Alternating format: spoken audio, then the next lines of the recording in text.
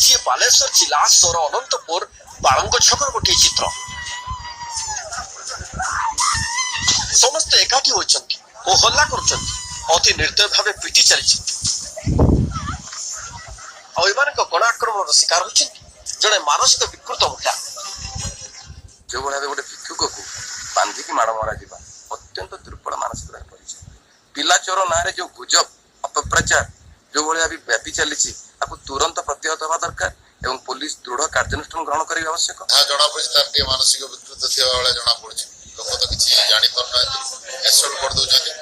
ଆମର ଥାନା ତରଫରୁ ଅପିଲ ରହିବ ଯାଇକି ଏଭଳିଆ ସେଭଳିଆ କିଛି ନାହିଁ, ଘଟଣା ଘଟିବି କୋଉଠି।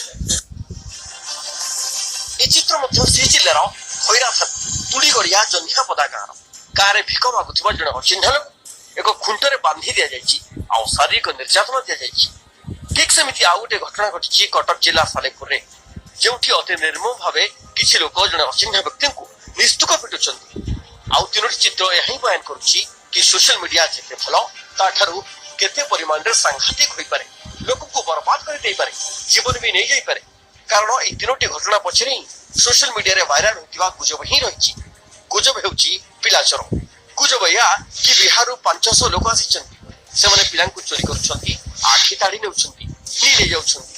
ବାସ୍ ତା ପରଠୁ ଆରମ୍ଭ ହୋଇଯାଇଛି ଏଭଳି ଅସାମାଜିକତା, ଅରାଜକତା, ବର୍ବରତା ଆଉ ଜଘନ୍ୟତା। ଯେ ମଣିଷକୁ ମଣିଷ ଭଳିଆ ଟ୍ରିଟ୍ କଲେ ସେଇଟା ପରିବର୍ତ୍ତନ ସମ୍ଭାବନାଟା ବେଶୀ।